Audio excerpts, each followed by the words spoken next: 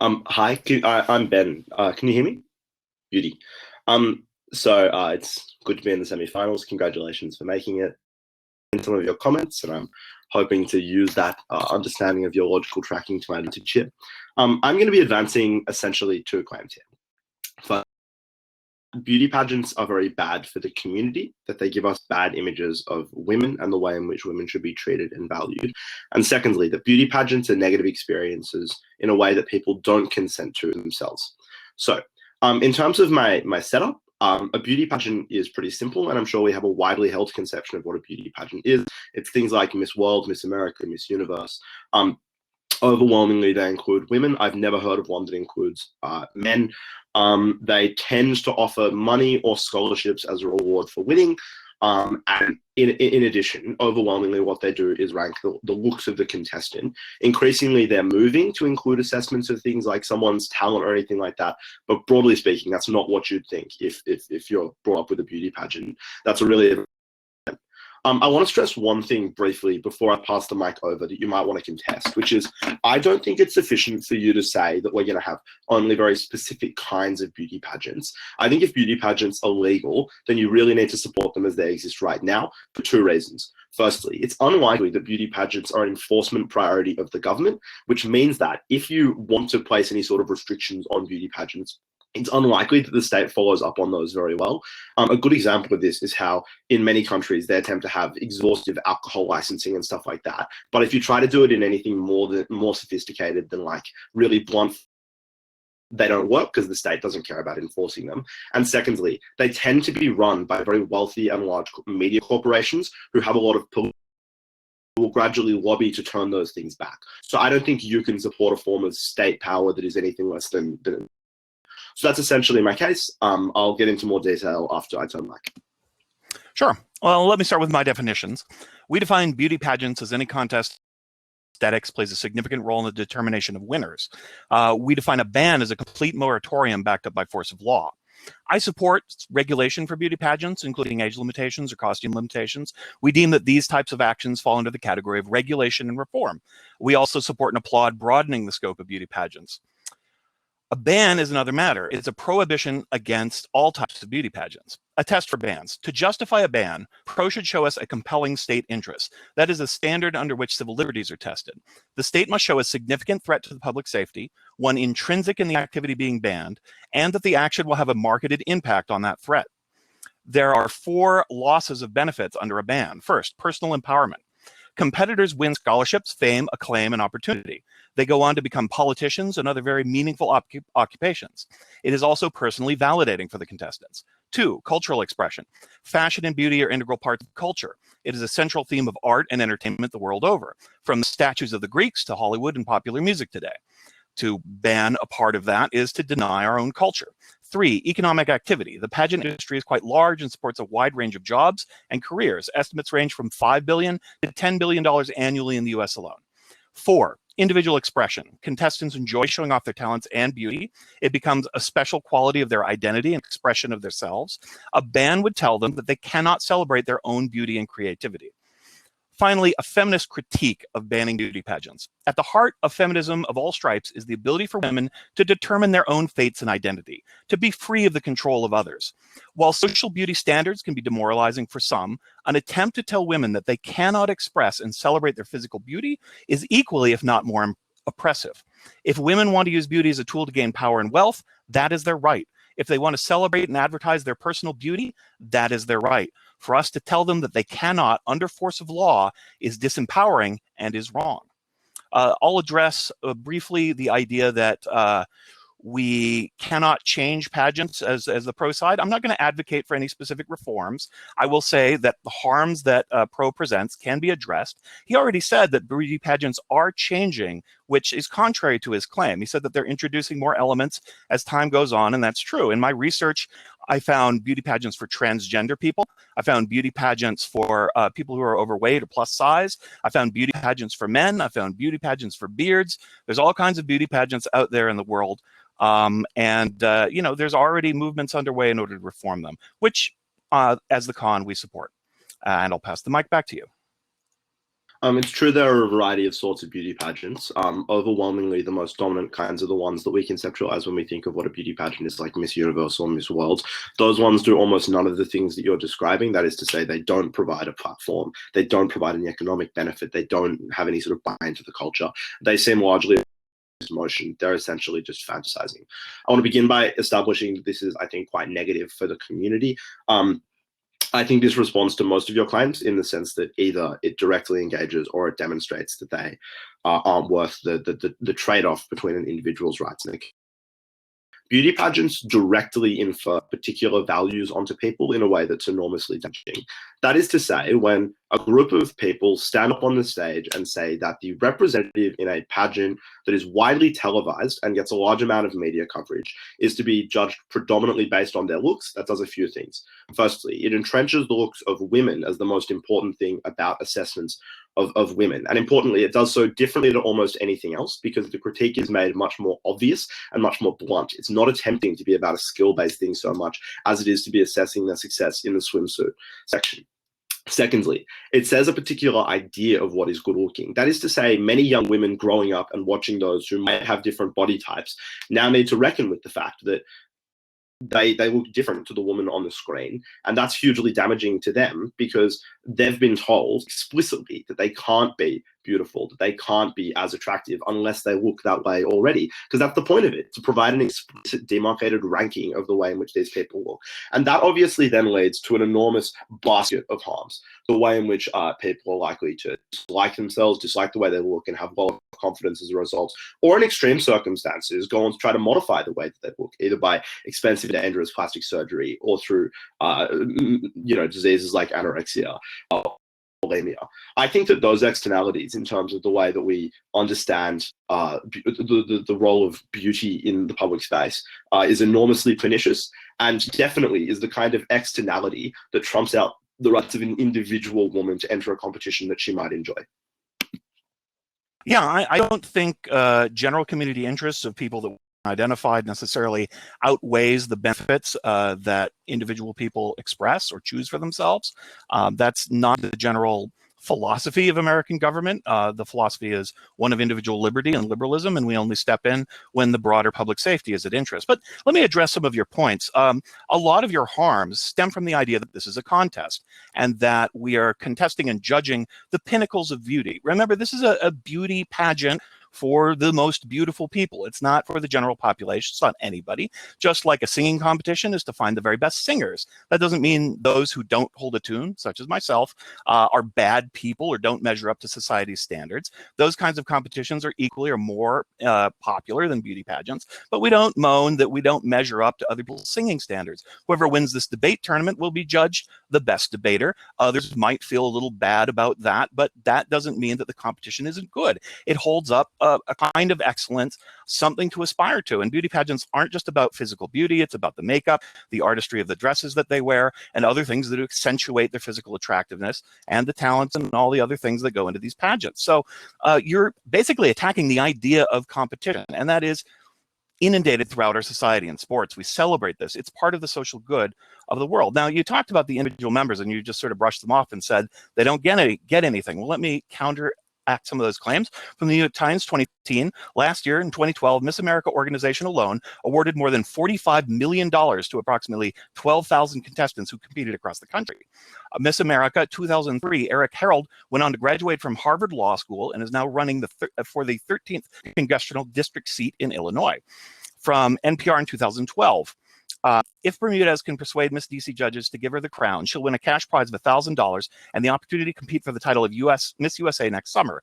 But even if she doesn't win, she's competing in DC USA is a great investment. You get experience with public relations. You're getting a message out there, Bermudez says. My personal message, promote STEM, science, technology, engineering, mathematics. So I think it's well worthwhile. And from New Statesman 2014, it is becoming increasingly common for women in America to use beauty pageants as a springboard for their political career. Sarah Palin, the Republican Republican vice president nominee in 2008, blazed this trail. She famously came in third in Miss Alaska pageant, but many others are following in her footsteps. And that's a whole article about different women who have used beauty pageants for various reasons, because it gives them the right kind of experience to leap into a political career, which is incredibly empowering and useful. And they can use those positions of power in order to reform and change society, to attack norms that maybe you don't feel are great. But the bottom line is that these women choose to be in these events. They get empowerment from it. They use it to their advantage. And I don't think we should take that away from them.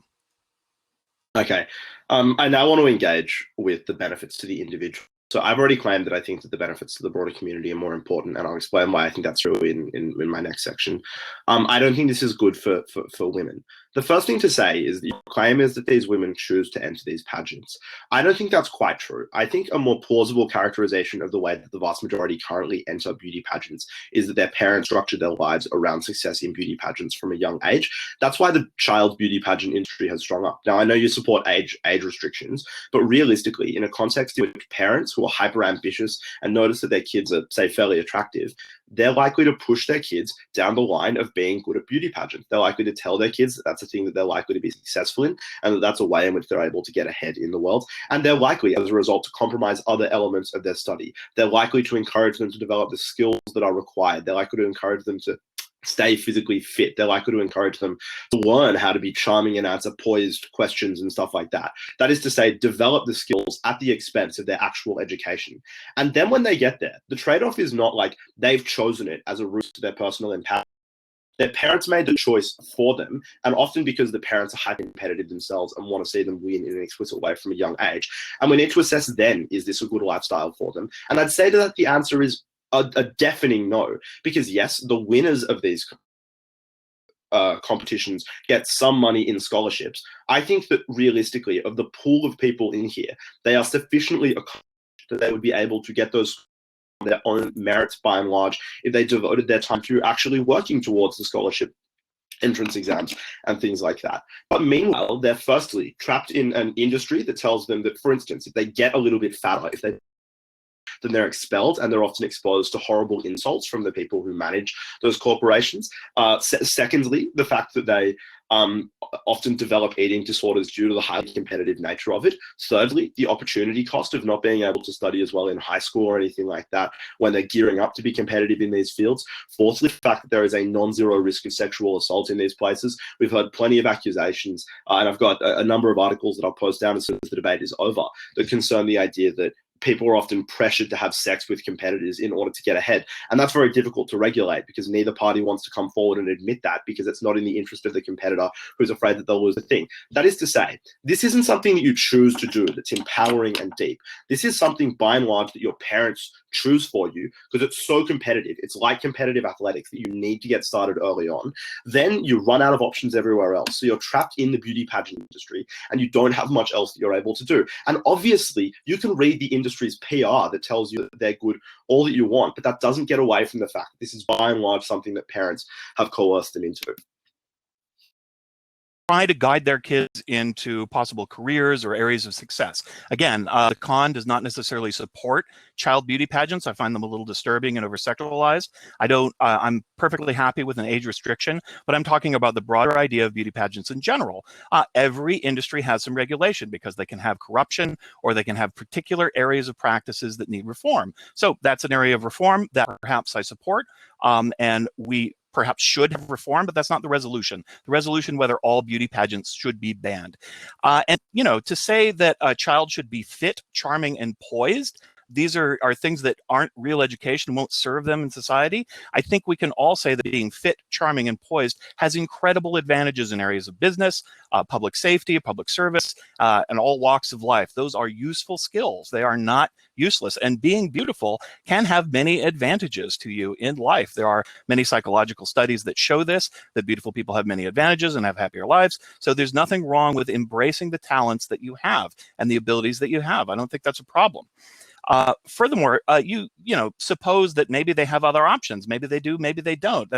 You haven't had any citations or support for these positions. I've read you specific people who think that these beauty pageants are their best opportunity, and they pursue those opportunities, and they have success with them. You said that there's a pressure to stay fit. I don't see that as some kind of terribly bad thing. Being fit is useful. And it's really no different than the Hollywood industry, music industry, or sports, none of which we're suggesting we ban here today because they promote, healthy bodies or active bodies or beauty or poise or any of those things. There's nothing really wrong with those kinds of pressures. And again, these are contests. They're not meant to be the ideal or standard to which other people are measured. They're ideals. They're celebrating the pinnacle of human achievement. In this case, physical beauty, poise, and charm, which are part of the human experience, both artistically and in the wider world. You say there are sexual assault risks, but again, these are not intrinsic to beauty pageants. Most sexual assaults happen with people that you know, people who you're associated with at your home or your family members. It is not a kind of random thing. It is not intrinsic to beauty pageants. They happen in all kinds of other industries and places, and banning beauty pageants isn't going to solve it. Again, remember, I want to remind the audience of our test that the Supreme Court uses in order to judge civil liberty cases and bans. There's strict liberty, and that is it has to be a threat to the public, it has to be intrinsic to the activity, and by banning the activity, you have to be able to make a meaningful impact. And he hasn't shown any of those things with a lot of these contentions. So I suggest you hold him to that, and with that, I'll pass it back to my opponent. It's important to note the kind of concession by non-response there. When you lose the opportunity to do other things because of a choice that was made when you didn't have the ability to make choices. For instance, when your parents guide you down a certain path as a child, and then subsequently you lack the skills to, for instance, do really well in the SATs so that you're not able to get a college scholarship by conventional means. That is de facto coercion in the sense that options by virtue of the availability of beauty pageants have locked you out of other choices. So let's disabuse ourselves of the notion that this is a choice that these women are making that is empowering for themselves. And let's just evaluate the situation in which they find themselves. With that in mind, I want to turn back to the initial list of benefits that we heard in that claim. Firstly, on culture. Beauty pageants are not an important or celebratable part of our culture. This seems trivially true. Rather, they are just a way in which we understand the idea of women as being attractive. I think that contest already kind of plays out, for instance, in things like modeling. The difference is that it doesn't give people rankings or anything like that. And it doesn't assert that these people are actually the best, or as you claim, the ideal. It just asserts them as being beautiful in a way that's subjective and sells to some segment of the market. Secondly, on economic activity, I mean, this is very easily debunked. If you ban spending in one area, then that money does not evaporate into the ether, is spent in another way. That economic activity would correct in an incredibly short period of time. Thirdly, on the idea of individual expression, well, as I've already shown you, this is not a thing that people are choosing to enter. And I think just the sniff test needs to be, do you really think that if all of these women had been given better options by their parents and hadn't been coerced into doing it, and at least training from a very young age, like I can see that you can ban child beauty pageants, but at least being trained to do it from a very young age, do you really think that they would all be standing up there extolling precisely these sort of bland generalities about political circumstances and then standing there and trying to look really good and still in a swimsuit? Like, you really think that that is the expression that they would actually go for if they had a choice to do anything different? And finally, the idea of a feminist critique, that is contingent on agency, but a circumstance in which parents are able to manipulate things for you, we know that agency doesn't exist. So then to look at your test, the way that your test keeps working is that you ignore one half of my argument. You're going like, well, I'm like, there's an overriding public interest because it deeply enshrines ideas of female beauty and it establishes certain things as ideal in a way that is undesirable for a host of devastating outcomes. And your response to that is being like, but we should prioritize the interests of the individual. And then when I'm like, well, here are some arguments about the interests of the individual that override that, you go, but you haven't demonstrated an overriding degree of public good. That's why it's different from things like sport. There are trade-offs involved in sport, and I'd be keen for regulation about the way parents treat that as well. But there's not both effects, and that's the difference that kicks in here. Yeah, a big part of your argument relies on the idea that these people are somehow slaves, that adults who enter the beauty pageant industry are being mind controlled by the dictates of their parents. We all know that we can choose to do what our parents ask us to do, or we can choose not to as we get older. And indeed, if we don't like the course that parents have set for ourselves, once we come of age, we can rebel against that. These are women who are free adults as women who are empowered to make their own choices choose to go into these industry. They choose to celebrate their own beauty. They choose to use it to their advantage. You want to take away that ability and tell them they cannot do that because it might make other people feel bad about themselves. And I'm sorry, but that is the nature of life. These are competitions. They are not social standards. People are judging the excellence and the height of the beauty that these people achieve. It is not to be taken in that way. All the other things that I mentioned, sports are voluntary. Kids, are encouraged to go into sports by their parents, but you're not suggesting that we ban sports. Parents encourage their kids to go into all things. Furthermore, your idea that these beauty pageants are not worthwhile is a really kind of an elitist attitude. It says that, feminism cannot be about beauty, that personal expression and beauty and charm are not things that we value in society. But everywhere you look around in society, you'll see that that's not true. These things are valued. They're not the only things that are valued. And as I pointed out, beauty pageants encourage and include other activities about life, politics, the ability to be able to public speaking. That's something you find in beauty pageants. So they're multidimensional. And I think your casual dismissal of them is kind of an elitist critique from somebody who isn't part of that industry or doesn't participate in that part of the world. You're telling other people how to live their lives. And that's not what we stand for in this country. Unless these people are doing a direct and actualize intrinsic harm on other people, then it is not something worthy of ban. The Supreme Court would reject it based on their criteria. And I think the judges in this debate should reject it along those criteria as well.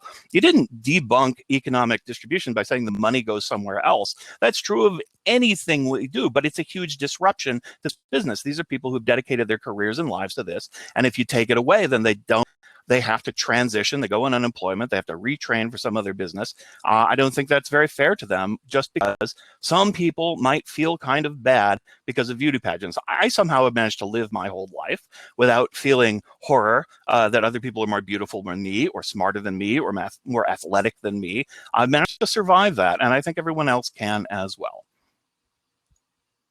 I think it's telling that the final conclusion is that you're capable of living a life in which, even though there are people more beautiful than you, you don't have self-esteem problems as a result of that.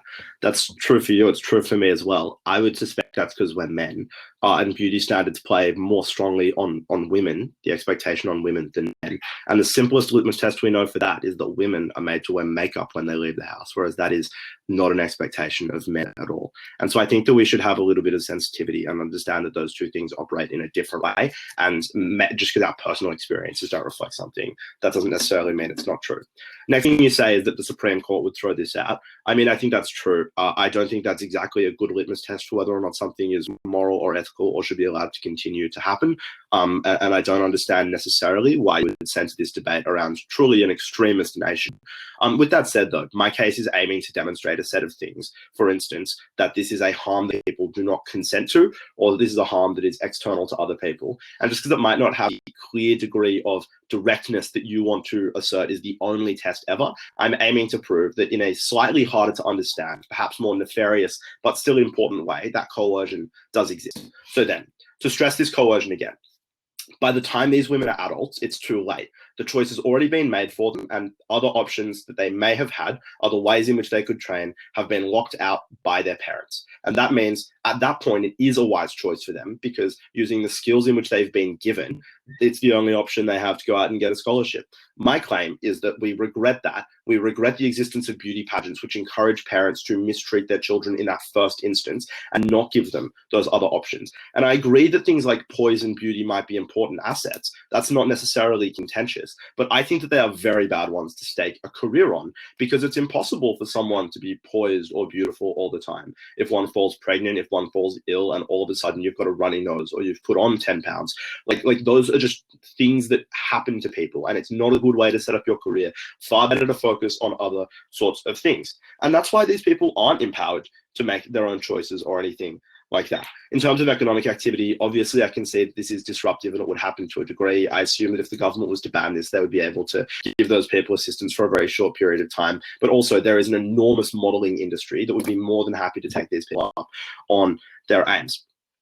And that's the sort of thing that I want to end here before I get into the summary section that I'll do later on. There are two different degrees of harm, and in essence, we haven't heard any compelling reason that someone with other options available would want their parents to make this choice for them, would actually desire this, or at least that a majority or anything like a majority of the people who are having the choice made for them. And in that context, where you can't make that sort of trade-off particularly clear, all that we really know is that you should default on the side of giving people every other option available. Yeah, as far as I know, women are not required to wear makeup when they leave the house. I know plenty of women who don't wear makeup. They make their own choices. They do not bow to society's will just because there's a considered standard. My wife doesn't always wear makeup when she goes out of the house. In fact, we often don't. I think these things are pretty ridiculous claims. Says who, essentially.